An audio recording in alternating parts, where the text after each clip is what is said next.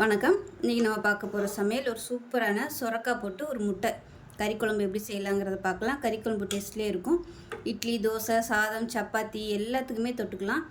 இது ஒரு குழம்பு வச்சிட்டோம்னா காலையில், மத்தியானம், நைட்டுக்கு எல்லாத்துக்குமே எடுத்துக்கலாம். டேஸ்ட்டு அட்டகாசமாக இருக்கும். வாங்க எப்படி செய்யலாங்கிறத பார்க்கலாம்.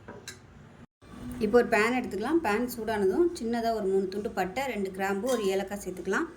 அது கூடவே 1 டேபிள் ஸ்பூன் வர கொத்தமல்லி, 1/2 டேபிள் ஸ்பூன் சோம்பு, 1/2 டேபிள் ஸ்பூன் சீரகம் சேர்த்துக்கலாம். அது கூடவே 1/4 டேபிள் ஸ்பூன் அளவுக்கு மிளகு சேர்த்துக்கலாம். அது கூடவே காரத்துக்கு தகுந்த மாதிரி வரமிளகாய் சேர்த்துக்கலாம். ஒரு 8 வரமிளகாய் சேர்த்துருக்கேன். 8லேருந்து 9 சேர்த்துக்கோங்க. இது வந்து வறுத்துக்கலாம். இது கூடவே 1 டேபிள் ஸ்பூன் வேர்க்கடலை சேர்த்துக்கலாம். இப்போ இது எல்லாமே நல்லா வறுபட்டுருச்சு. இது வந்து மிக்ஸி ஜாரில் சேர்த்துக்கலாம். இப்போ இந்த சூட்லேயே தேங்காய் சேர்த்துக்கலாம். நான் முதலே சேர்க்க மறந்துட்டேன். இப்போ இது லேசாக வறுத்துக்கலாம். நீங்கள் அந்த மசாலா ஜாமான் வந்து இறக்க போயில் இந்த தேங்காயை போட்டு லேசாக ஒரு பரட்டிக்கலாம். அவ்வளோதான். இப்போ இதையும் மிக்ஸி ஜாரில் சேர்த்துக்கலாம். இப்போ பார்த்திங்கன்னா மெஷரிங் கப்பில் 1 கப் அளவுக்கு தக்காளி நறுக்கி வச்சுருக்கேன். இப்போ வதக்கி எல்லாத்தையுமே மிக்ஸி ஜாரில் சேர்த்துக்கேன். இப்போ இந்த தக்காளியும் சேர்த்துட்டு நல்லா நைஸாக அரைச்சிட்டு பார்க்கலாம். இப்போ ஒரு பேன் எடுத்துக்கலாம். நான் வந்து குக்கர் எடுத்திருக்கேன். தேவையான அளவுக்கு எண்ணெய் சேர்த்துக்கலாம். எண்ணெய் சூடானதும் 1 டீஸ்பூன் சோம்பு சேர்த்துக்கலாம். அதுக்கு பதிலாக நீங்கள் கடுகு கூட சேர்த்துக்கலாம். கருவேப்பிலை சேர்த்துக்கலாம். நல்லா பொரியட்டும். இப்போ பொடியாக நறுக்கின வெங்காயம் சேர்த்துக்கலாம். நல்லா 3/4 கப் அளவுக்கு சேர்த்துக்கோங்க. பொடியாக நறுக்கினது.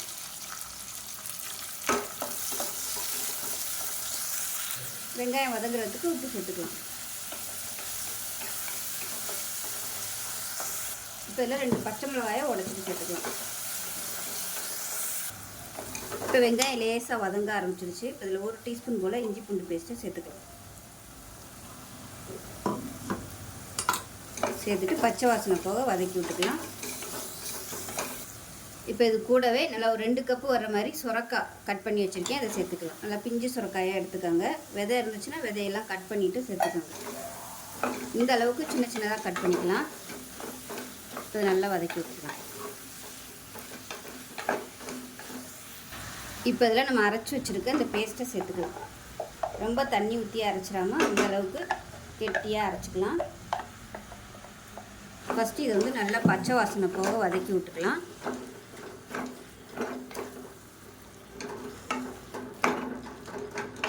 இப்போ கலருக்காக சும்மா 1 டீஸ்பூன் போல் காஷ்மீர் மிளகாத்தூள் சேர்த்துக்கலாம்.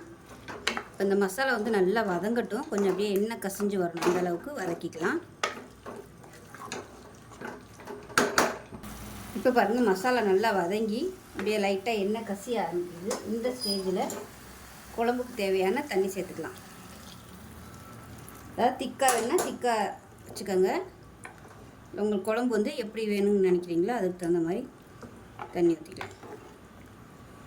நல்லா கலந்து விட்டுட்டு 4 முட்டை வேக விட்டு 2 சைடும் நல்லா கீறி வச்சுருக்கேன். கட் பண்ணிவிட்டு அதை சேர்த்துக்கலாம். முட்டை சேர்க்காமையும் பண்ணலாம். முட்டை சேர்த்திங்கனாலும் நல்லாயிருக்கும். இப்போ வந்து உப்பு பார்த்துட்டு உப்பு சேர்த்துக்கலாம். உப்பு தேவையான அளவுக்கு சேர்த்துக்கலாம். சேர்த்துட்டு குக்கரை மூடி வச்சிடலாம். மூடிட்டு நல்லா ஒரு 2 விசில் விட்டிங்கன்னா போதும். சொரக்காய் சீக்கிரமாகவே வெந்துடும். இப்போ ஸ்டீம்லாம் இறங்கிருச்சு. எப்படி இருக்குன்னு பார்க்கலாம். பாருங்கள், சூப்பரான சொரக்காய் முட்டை குழம்பு ரெடி ஆயிடுச்சு. கறி குழம்பு மாதிரியே இருக்கும். டேஸ்ட்டு சூப்பராக இருக்கும். கரெக்டான அளவில் இருக்குது. இட்லி, தோசை, சப்பாத்தி, சாதம் எல்லாத்துக்குமே இந்த ஒரு குழம்பு போதும். இது ஒன்று வச்சிட்டோம்னா காலையில், மத்தியானம், நைட்டுக்கு எடுத்துக்கலாம். சூப்பராக இருக்கும். ஸோ இதே மாதிரியே செஞ்சு பாருங்கள். செஞ்சு பார்த்துட்டு எப்படி வந்துச்சுங்கிறத சொல்லுங்கள். வீடியோ பிடிச்சிச்சின்னா லைக் பண்ணுங்கள், கமெண்ட் பண்ணுங்கள், சேனலை சப்ஸ்கிரைப் பண்ணுங்கள், பக்கத்தில் பெல் பட்டனை ப்ரெஸ் பண்ணுங்கள். நன்றி.